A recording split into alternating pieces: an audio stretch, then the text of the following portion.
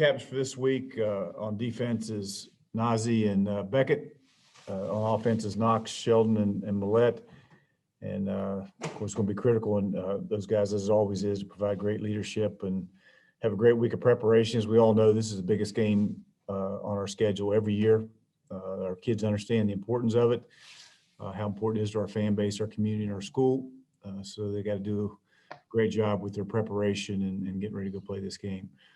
You guys all know I got great respect for Rick Stockstill, and he's just not only a great coach, but really a great person. And you watch his team; they play extremely hard. They're well coached, and so it'll be a challenge for us. That quarterback O'Hara, he's a pain in the neck. I mean, you watch him play, and nobody can tackle him, and he's just all over the place making plays. So it'll be a great challenge for our defense, and offensively, what they do defensively is just create pressure coming from everywhere. So be a challenge for our offense as well. So it's going to be have a great week of preparation and get ready to go play.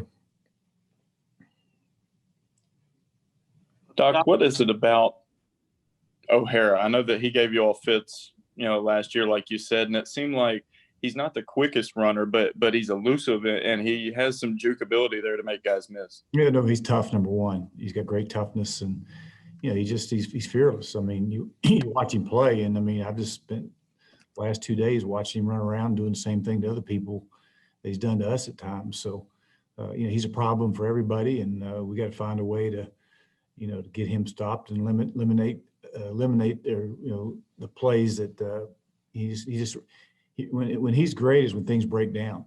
When things break down, he gets out of the pocket and just makes plays all over the place. So he's a problem, and we got to find a way to minimize, the plays he makes. Doc, Conference USA just releasing and making it official Grant Wells Offensive Player of the Week. If you would just talk a little bit about him, how far he's progressed in such a short time. Well, I think, obviously he's just, it's fun to watch his progression, from game one to game two. But, he's a guy that just goes to work every day. He does a great job with his preparation and, works it really, really hard at preparing himself to go play. And, he deserves what he gets. I know his teammates have great respect for him about the way he goes about his business. So just happy for him and, happy for Marshall. Go ahead. Not only that, but him being a local kid too. It seems like when we talked to him about, what this week means and everything like that, it took on a greater significance with him, and he dove in depth about it. Well, there's no doubt. I mean, a lot of these kids, when we recruit them, the first time they, it's crazy because it happened, 50 years ago. But these kids coming from other places until they get here and we start educating them on the importance of this game and our history and what happened, some of them may be hearing it for the first time, whereas in his case, he hasn't. He grew up here and understands, the history of Marshall, and it's very important to him, and as is all our players that are on campus at this point, what this game means. Coach, since you took over this program, you have never lost a 75 game. Has that at all sunk in at all?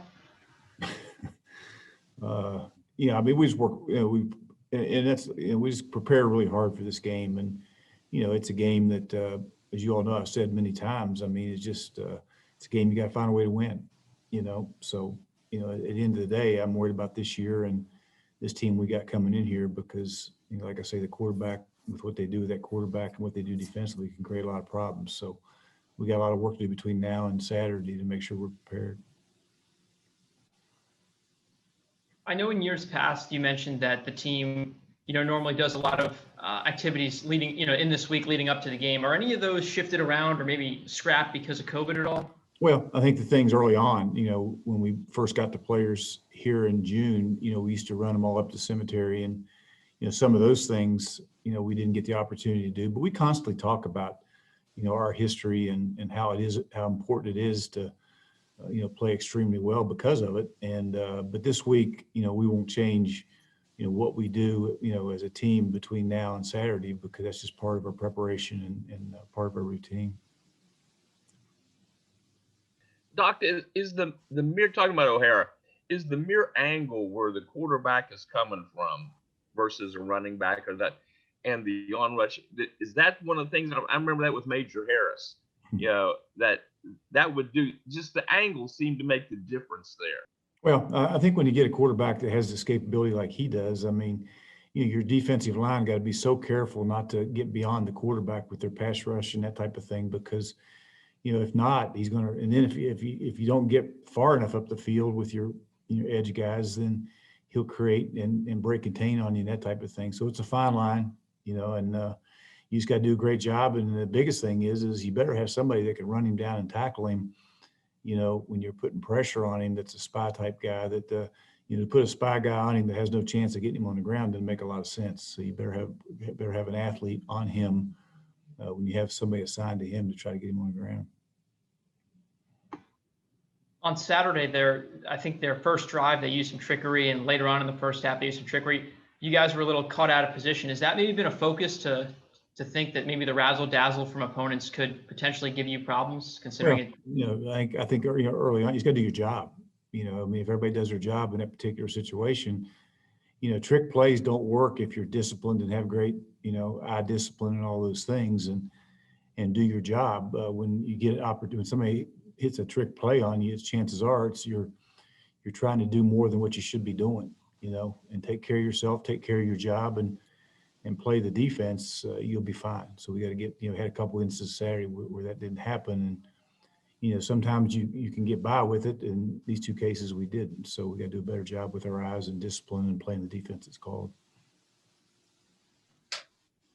That Tony Franklin system too, just, spreading things out and how much more effective does that make O'Hara, just because your secondary spread out is not like the safeties can always support in the run and things like that. So it's sometimes one-on-one with him whenever he does get outside. Yeah, there's no question. I mean, and he's got a lot of design quarterback runs as well.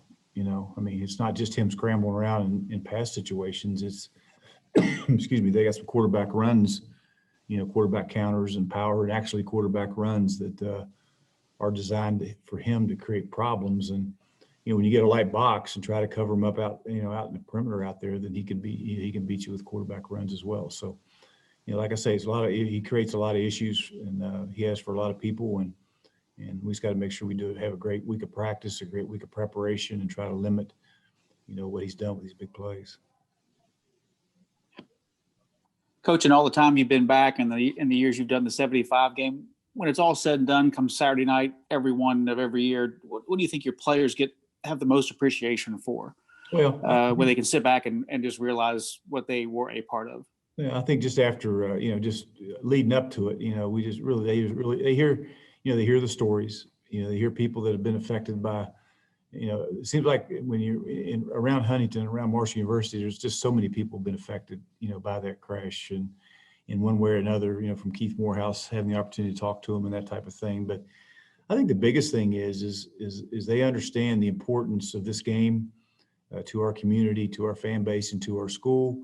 And they just look forward to going out and playing their hearts out on that particular day to try to honor those 75 and play the way that they expect you to play.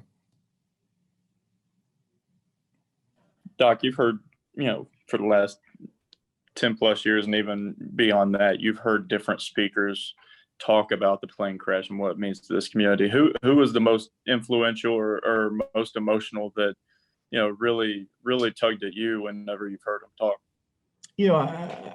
It's hard because there's been so many great ones. You guys have all been there. Those fountain ceremonies. There's just been so many tremendous people that, speeches and what they've said. I think probably for me, what I remember the most may be Keith Morehouse, because he's the guy who's probably talked to our team more than anybody else. And nobody understands the story and how it affected people like he did, because both him and his wife were affected directly, from the crash with family members. So I'm not sure there's a guy out there that has a better appreciation for what Marshall football means to the community, the fan base, and the town than what Keith and his family has. So that's why it's always a special opportunity for me when he gets the opportunity to talk to our team. And I know our football players and our the entire football department enjoys hearing what Keith has to say. And how unique is it to have a guy that does cover your team objectively week in, week out, but at the same time is identifying with that program and sort of brings everybody together and gives them that greater sense of appreciation for what's happened here. Well, we're just fortunate to have him. I mean, we're fortunate to have him, and we're fortunate that he's willing, to come and spend the time and deliver such a great message that he does. So, I've always, really appreciate what he's, not only the work that he does, but also the message he brings our football team.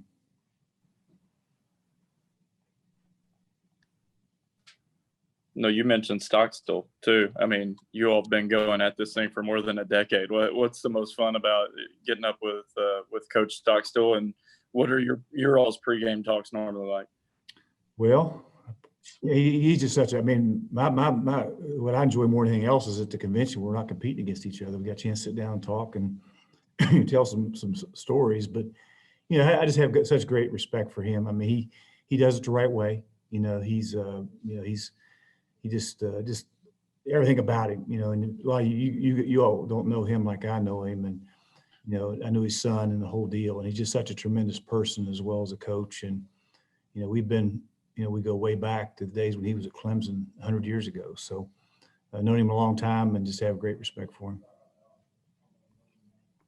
Coach, last year, I remember the players telling us that they were told or instructed by their position coaches to go and learn who wore their number from that 1970 team and know everything about them leading up to game day and study them. Is that an annual thing, or is that just a last year thing? I don't want to really get into what we do during the week. I think that's something that needs to stay between us as a team. I think it's been part of it, but we'll have a plan this week that, we'll execute. And by the end of the week, our kids, as they already do, will have a total understanding what this game's all about. And more so right now, it's not teaching what it's about. It's just to remind them how important it is. And it's not just myself. I mean, you got players on this team that are going to do the same thing.